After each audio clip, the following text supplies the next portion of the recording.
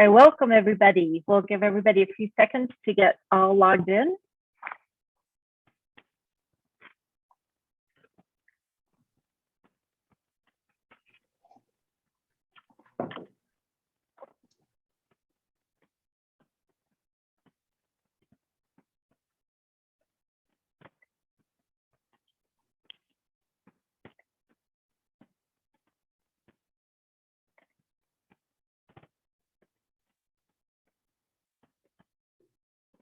Okay, it looks like we're getting a good crew, so let's go ahead and get started.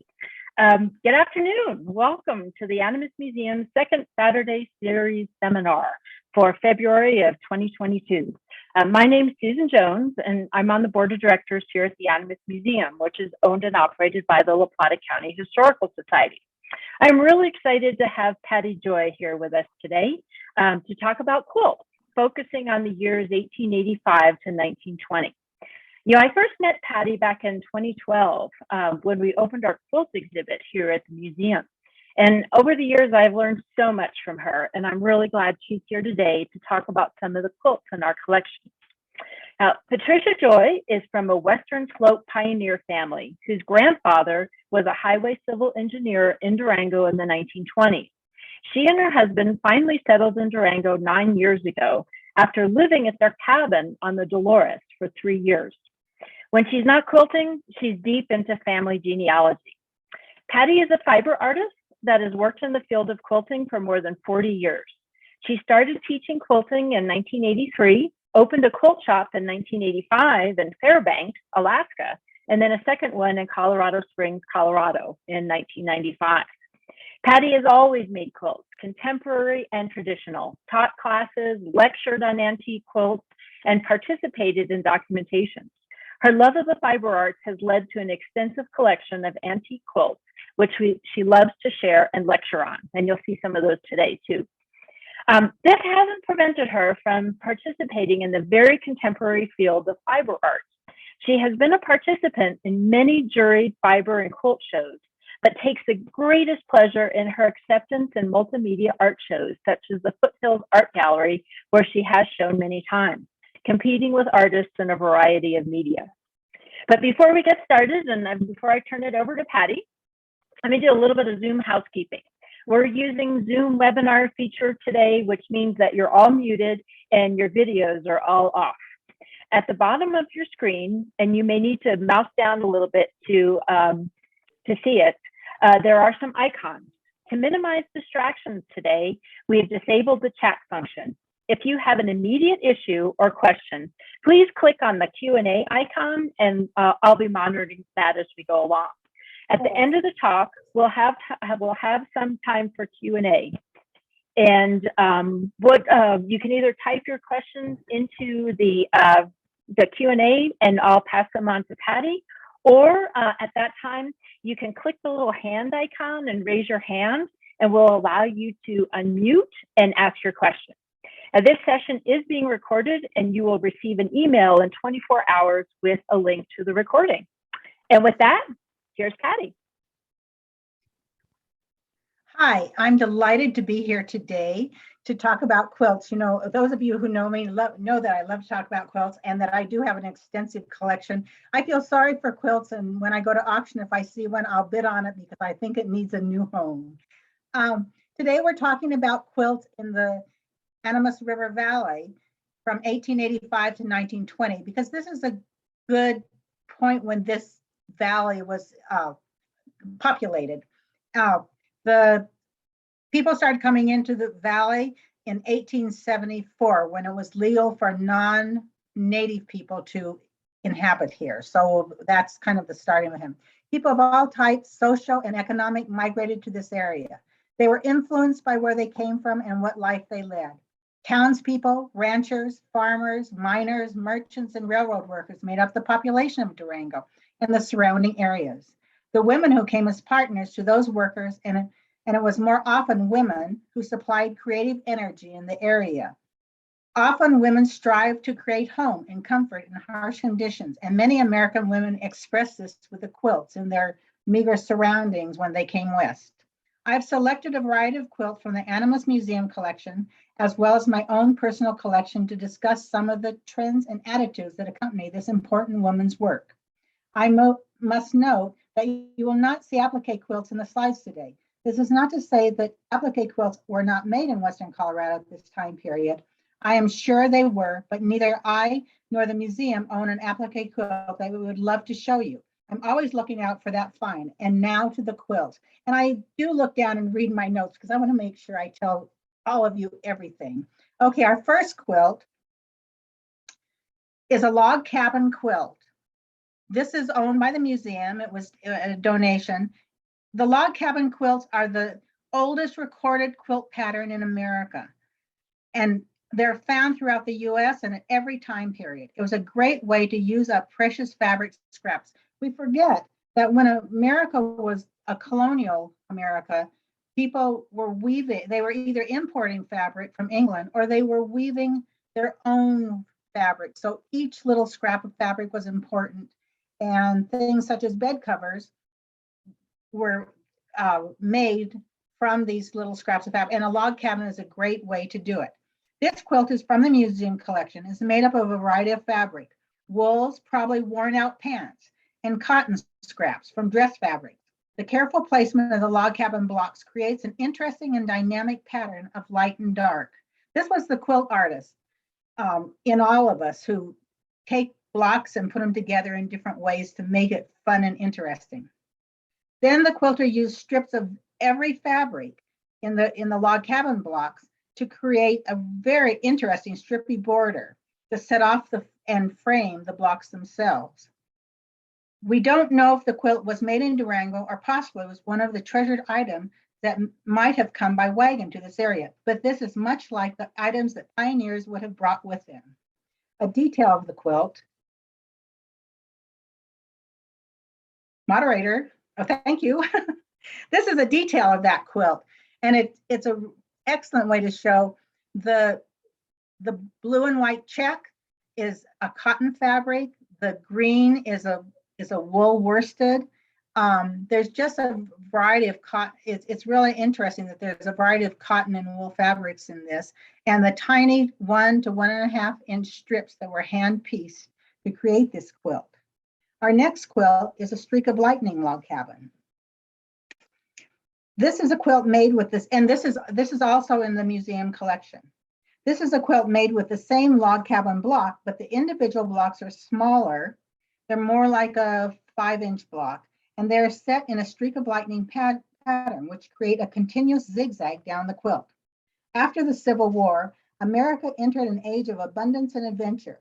Durango, with its history connected to the Colorado Gold Rush, brought money to many. This quilt is a nice example of that wealth. This quilt is made of the fashion fabrics of the day, beautiful silks, satins, velvets, materials available to the more affluent women of society. It is known that one could order sample packs of fashion fabrics from manufacturers, and many of those packs went into the making of quilts without ever purchasing the actual yardage for garments. Women would order the fabric packs, and often they just used the manufacturers used up yards and yards and yards of fabric, sending out these packs, but nobody ever bought the 12 yards of fabric that it took to make a dress in the 1890s. It is known that one could, this was not a bed quilt, but one to be proudly displayed in the parlor, as it also showed off the quilter's sense of creativity and the use of elegant fabrics. The tabs along the sides with some of the pom-poms still attached add a bit of fun to this lovely quilt. A detail of this quilt, thank you, shows the small blocks and the many colors of fabrics that were used in it. It also shows the fraying and the age of the quilt, which is kind of sadly, but it's still an interesting quilt to have in the museum collection. The next quilt, the crazy quilt, thank you. Susan and I are working together, so we have to connect. The next quilt is a quilt from my collection. It's a crazy quilt. There are several lovely crazy quilts in the museum here, but they're really in fragile condition. The reason they're in such fragile condition is they used iron salts to dye in the dyes with the fabric, but also it made the fabric crinkle, and men and women found that very sexy to when women walked, their clothes would rustle as they walked, but it made the fabrics start falling apart 100 years later.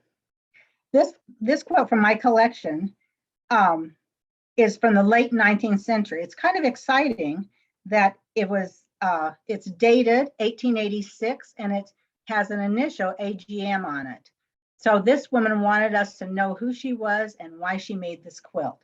This would have been proudly displayed on the back of her settee, in her parlor, or across the piano as they would play little soirees in the evening. This quilt is beautifully embroidered with stitches on every edge, and the fans and spider webbing stitches are on the tabs on the edge just make this an absolutely gorgeous, exquisite quilt. It does have issues. For those of you who are interested in these quilts, I take black netting and hand stitch black netting across the fabric that is frames to protect it so it has time. After the Civil War, there was a celebration to the return of normalcy, and women were eager to share their knowledge of fine handwork. These quilts were not meant for beds, but were draped across the settee, as I said, and they were the ultimate display of a woman's creative abilities, and said that she had time to create. The invention of new stoves, wringer washing machines, and sewing machines helped to give women this leisure time, which they didn't have before this. Crazy quilts are thought to have gotten their name from the popularity of Japanese and Chinese items, newly available to Americans, as well as the crazed porcelain of these countries.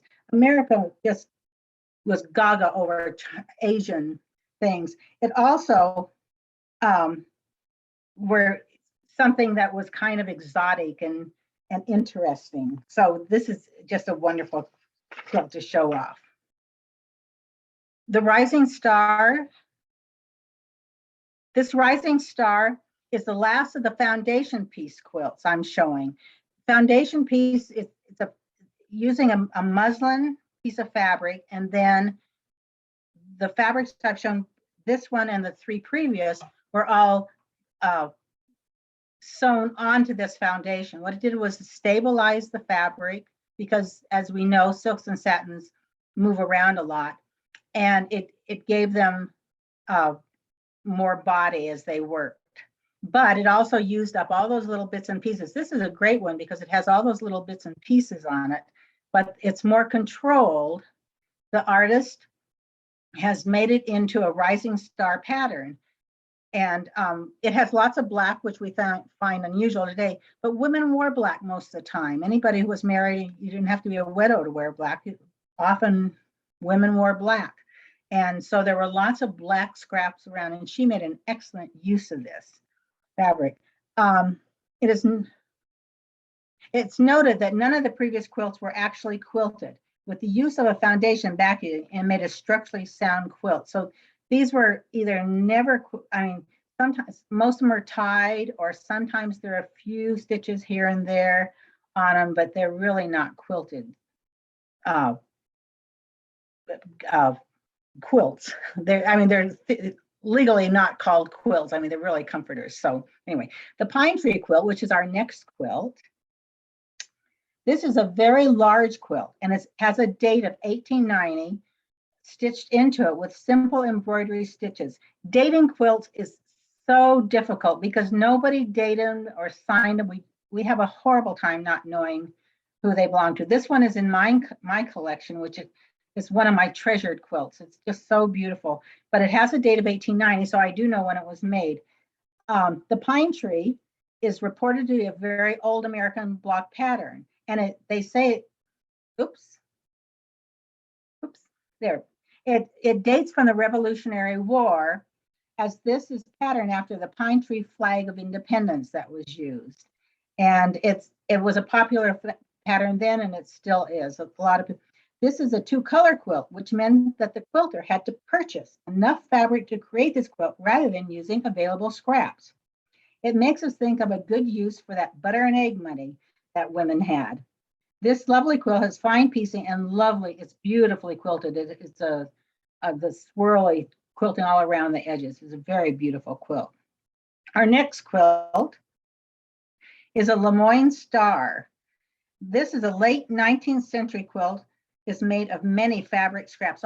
You can see all the hundreds of scraps that are in it that make up the stars, but the quilter has set it with a bright yellow, which is referred to as cheddar. And if you hear the word cheddar fabric, this yellow fabric is a classic cheddar, and it dates it to the 1890s.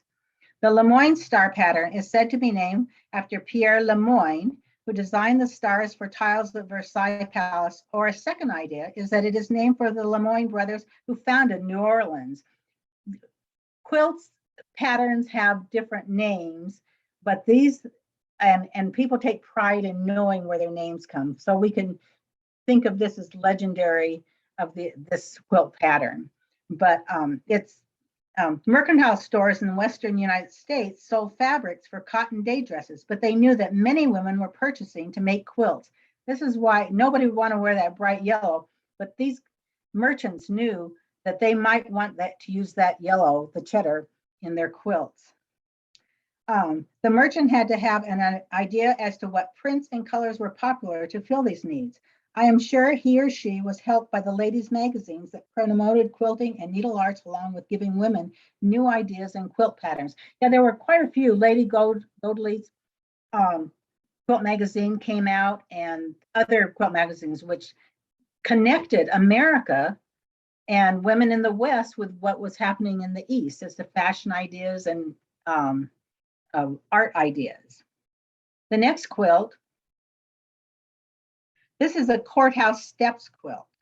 This is a great 3-color quilt, and it's machine pieced. I have looked at it really carefully in many different places to make sure that it wasn't somebody that just had this amazing stitching ability. No, it's been machine pieced. It's late 19th century. And how exciting it is to the popularity of the sewing machine and the realization that items could be produced in less time. Mr. Singer, who was one of the inventors of the sewing machine, is known to have given or sold at a premium sewing machines to local ministers' wives. If the minister's wife had a sewing machine, then the other ladies in town knew that they could have sewing machines too. He was a very wise merchant. This quilt does not have a batting, so I suggest that it might have been meant to be a summer quilt for cool nights, and it is actually, it's machine pieced, but it's hand quilted. And you can't even see but it is hand quilted all the way through. So it's a very interesting quilt from this period. The next quilt. This quilt is a sampler quilt. Very, very unusual. I bought it in Estes Park a number of years ago. I saw it just by chance, and I said, oh, I have never seen it. You don't see sampler quilts from this period. These blocks are all from 1890s, 1900. The indigo is early 20th century. But I suggest that this lady probably made lots of other quilts. I would love to see her. The piecing is beautifully done. Her hand stitching, it's all hand stitched. Her hand stitching is absolutely amazing.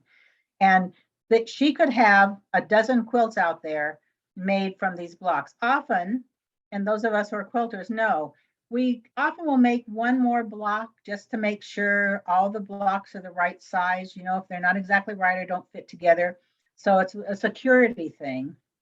And I have a feeling that that's what this woman did. She had extra blocks and finally said, I'm going to put these together into this sampler quilt. But as you can see from the top, she didn't have quite enough. She took leftover strips and stripped them down to finish it off and hand quilted it. It's not finally hand quilted. So I think it was just like a family bed quilt, but probably was a very loved quilt with all of these blocks. The next quilt, this beautiful Irish chain is turkey red.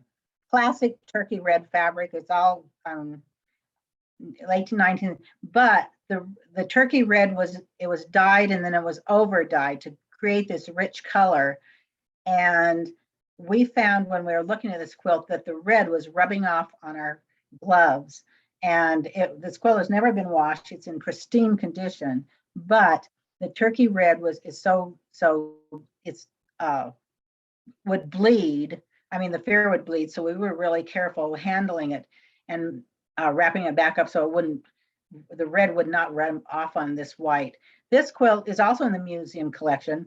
And as I say, it's never been used. It was pristine collection. I have to go back and the quilt, another quilt used butter and egg money because she had to have the money to buy red and white fabric, which not everybody had. A detail of the quilt. There, this is a detail of the quilt, and it's kind of exciting to see that the background, as you can see, is not white. It's white with a black dot on it, which is fun and lovely. Not only beautifully hand pieced, but a great gridded quilting on this quilt. And it's beautiful in this collection, and I hope that we can show it sometime in the museum. Our next quilt is a Star of Bethlehem or Lone Star quilt, which is also in the collection.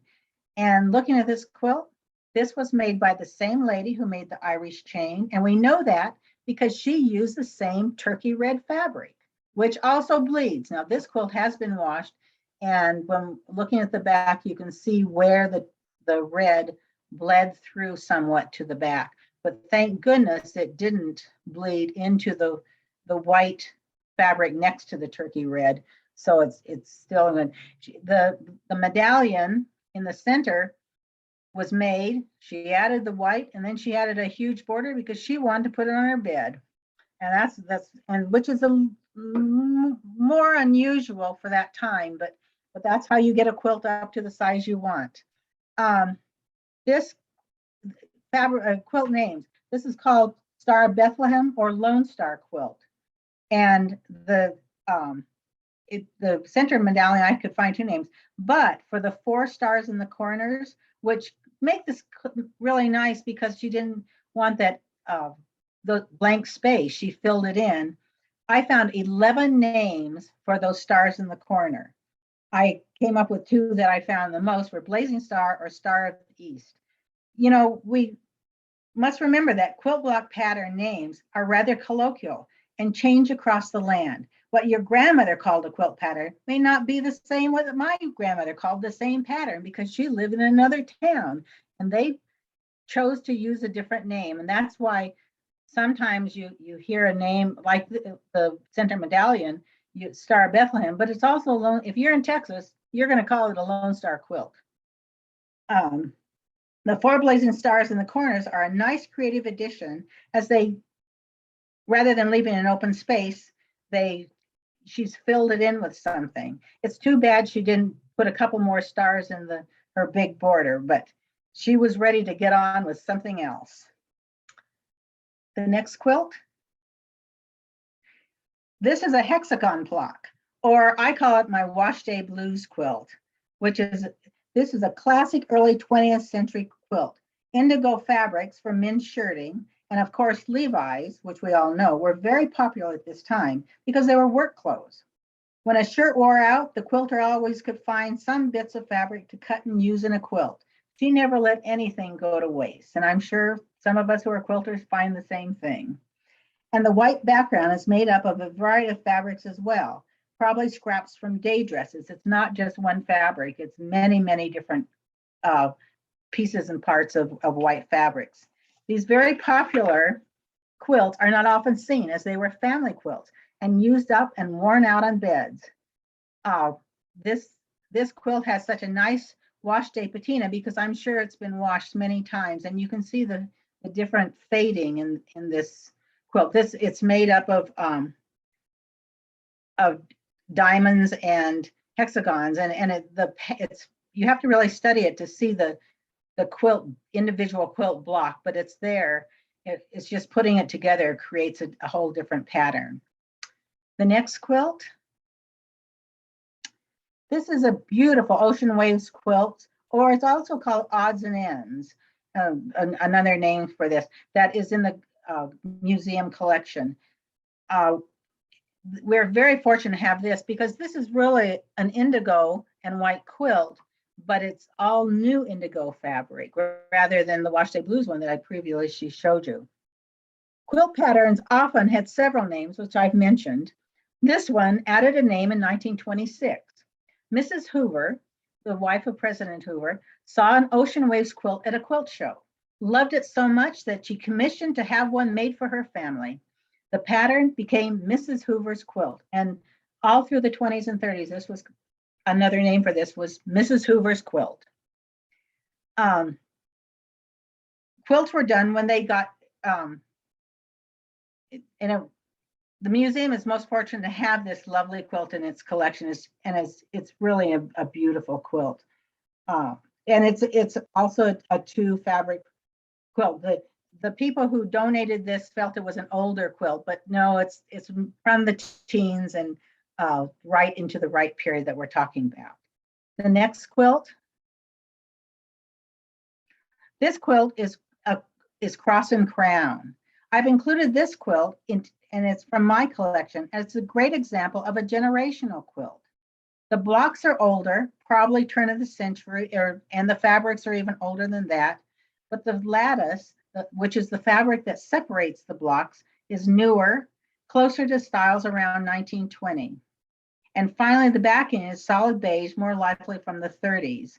When I was reviewing my things for this quilt, I would say, oh, these are older fabrics. And I started thinking, older, maybe the fabrics were from 1880, 1890, and then the quilt was made in 1915. I have fabric in my collection from my early days of quilting in the 1980s. So those fabrics are nearly 40 years old, and I don't even think of them as old. So these ladies didn't either. They saved them till they wanted to use them. The quilts get done when they get done, and we have to remember that. So it's a great way to honor your family, and I hope you do. If you have quilt blocks sitting in a box in your closet, or you have a top sitting around, get it finished, get it out and enjoy it. These things aren't going to last forever, and you might as well enjoy them and celebrate the people that came before you and the quilting that they did. The next quilt. This last quilt is in the museum collection, and it's a wild goose chase quilt.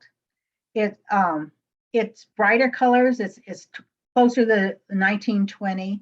After the First World War, America got going. Fabrics seemed to get brighter and designs bolder. The triangle geese in the quilt are older fabrics, more 19th century, which was probably in her collection like I have in my collection. But the bright red and yellow are definitely signs of a bright future in America. Americans had become more aware of the outside world and its events. The border and we'll show it in just a minute. The border lets us know that the quilter was aware of the outside world. King Tut's tomb was opened in 1922, and the whole world went crazy with Egyptian designs. Some fabric manufacturer knew that they had a market. This quilt has a border of Egyptian motifs, such a fun way to celebrate the news of the day. Let's show the last little border. So you can see the border and the Egyptian motifs. I was delighted when I saw this quilt because it told me exactly the date that this quilt was made, at early 20s, 1920. I mean, the border was put in the 1920s. It could have, she could have finished the top earlier and then added this great border. But we're very aware, and all of us who quilt now add things in 2000. There were a whole bunch of fabrics that came out to celebrate the change of century. And this is the same indicative thing that happened. Susan, go back to the last quilt just while I talk.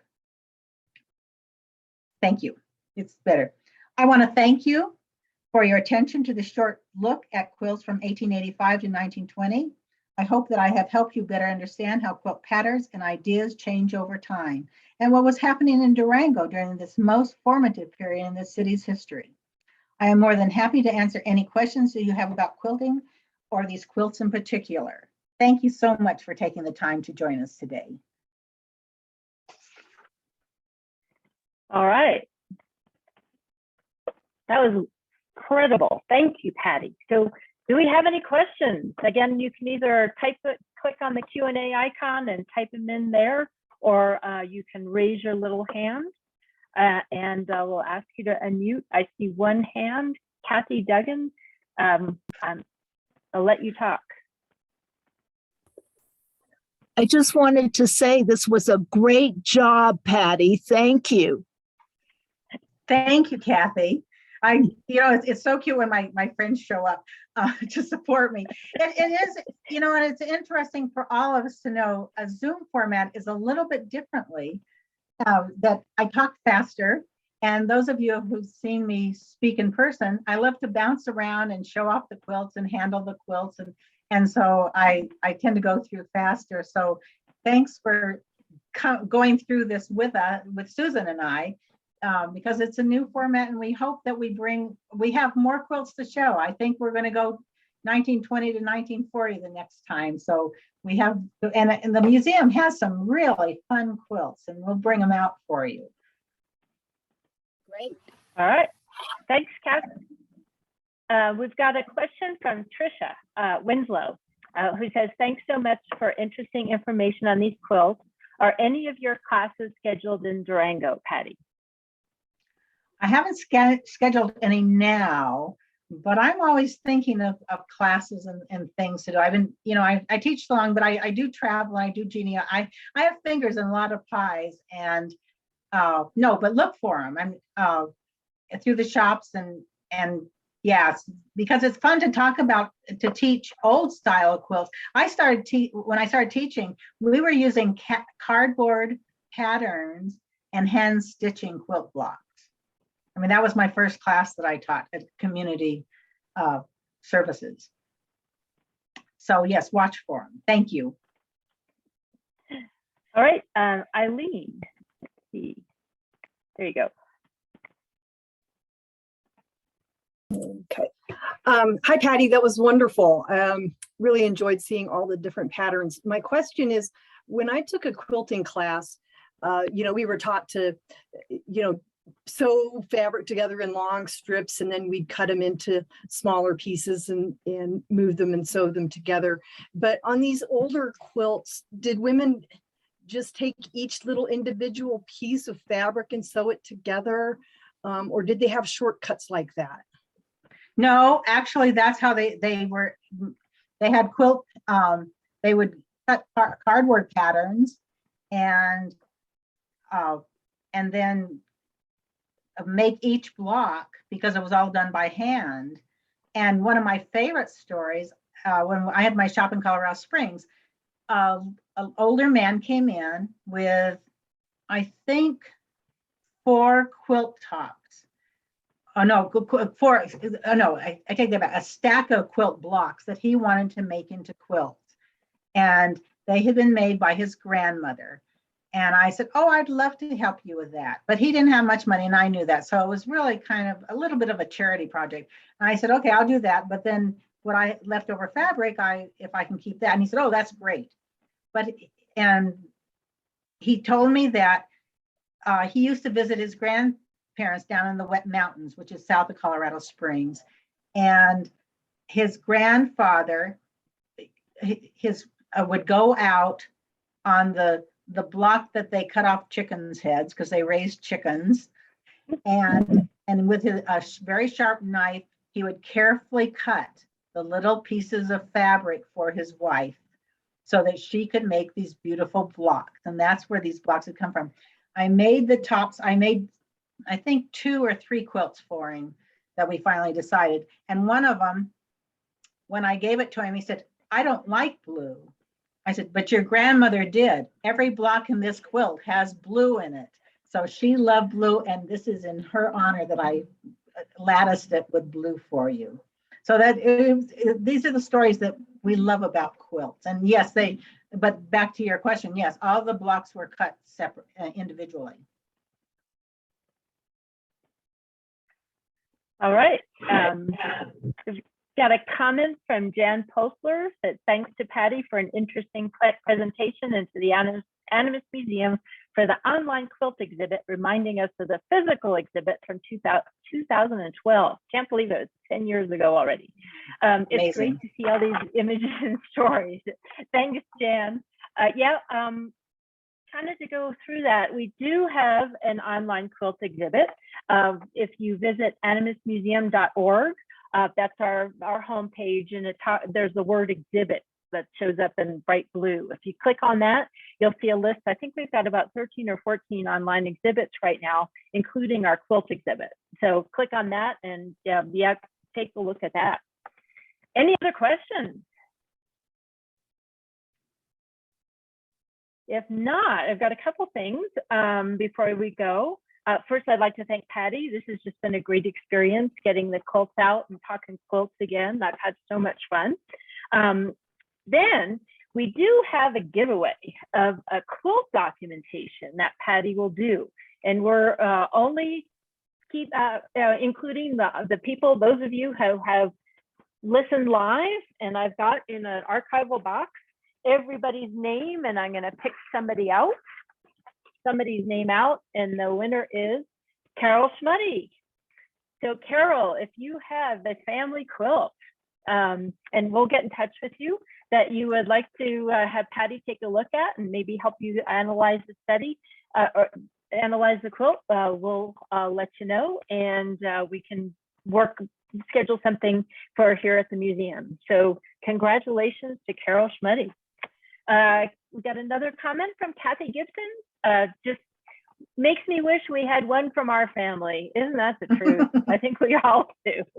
Thanks, Patty. Very interesting. There are quilts that need homes at antique stores, so you can make it your own. There you go. Yeah, that counts. Definitely. Yeah, and we had one recently that showed a beautiful quilt from the, was it 1880s or 1890s, Patty, that showed up at the thrift store. Oh yeah, that showed. Yeah, it was late 19th, and that's an interesting little quilt. It's not a whole quilt. It's I think that part of it was chopped off. It was made smaller, but still, the person donated to the museum, and the museum, because it has no provenance, didn't feel they could take it, and I felt sorry for it and took it home. And I didn't put it in this show because it would have been a duplicate of one that I showed. And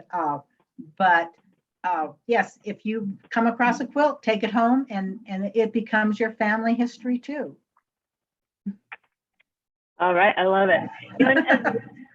As Patty was mentioning, Zoom is, the silver lining of the pandemic that allows us to have talks like this with people from all over the United States or even the world, as we've had in some of our talks. But it's really difficult to see the incredible piecing and stitching on some of these quilts. So as COVID hopefully retreats, we're going to plan on having a quilt open house here at the Animist Museum. It'll be one day, from 10 to 3 or whatever, and we'll have some quilts out that you can drop in whenever you want and take a closer look at the quilt. So watch our Facebook page, our Instagram feed, our website, and you can even sign up for our newsletter and stay tuned for that for more information. Got another question here from Kate. I have a quilt top my mother made and would like to have an opinion on the backing for it. It also has some staining on it, and I wonder if it should be cleaned before backing and quilting. Number one, don't clean it or wash it before it's quilted. And if you contact the museum, I will leave my contact information at the museum, and I would be more than happy to get together with you either here or at my house, and we can look at the quilt, and then I can give you some suggestions on quilting it. I will tell you, I'm a contemporary. I think it's better to have the quilts quilted, and sometimes the machine quilters do an amazing job, so don't be afraid to go in that direction. But we can look at it and see what we can do about it. And I would love to meet you on this. And yeah, and I'd be more than happy just to talk about it and then send you on to somebody who can do the quilting for you. I have a long arm, but I don't quilt for other people. I'm just not that good at it, really. So, but yes. And yeah, then you'll have a finished quilt. You have a quilt to share with your family and even cuddle under on a cold night. Okay, yeah, Kate said you can send an email to info@animistmuseum.org and we will get Patty in touch with you. Oh, Kate says thanks so much, and it's a double wedding ring. Oh, Cool, nice. All right. Anything else? I just want to remind everybody the museum is currently open to the public on Tuesdays, Thursdays, and Saturdays from 10 a.m. until 3 p.m. So come by and see us. We are kind of doing an experiment that seems to be working. We do not have an admission fee right now. So, if you don't have to feel like you have to come to the museum and get your money's worth. Just come by, drop by, see the 1910 map of Durango that we had newly cleaned and restored, and we'd love to see you. This year marks the 50th or golden anniversary of the founding of the La Plata County Historical Society, and we're going to be doing some fun things to commemorate. So again, watch Facebook, Instagram, website, social, and our newsletter. Next month, our second Saturday seminar series will feature Charles D. Ferdinando, who's going to talk about the gold rush that really got everything started out here. Especially, he's going to concentrate on the gold rush in the La Plata Mountains, which we really don't talk about a lot. We think about Silverton, but we don't talk about the La Plata. So that's going to be kind of interesting. So check our website for Zoom registration details. And that will again be the next in March already. Oh my gosh, second Saturday. If that's everything, finally, if you'd like to see more programming like this, send us an email at info@animistmuseum.org. If the 30s quilt sounds like fun, let us know, because I think we kind of want to do that already. Please support us, become a member, use the donate button on our website. Send us an email, info@animistmuseum.org. We'd love to hear from you, and we'd love to keep up this kind of programming. So if that's it, all questions and comments, thanks again, Patty, for this wonderful talk about the quilts in our museum and the quilts in our history. And thank you all for joining us. I know it's a great day out today in Durango. It almost feels like spring's here already. So have a great weekend. Happy Valentine's Day. And we'll see you next month. Thanks.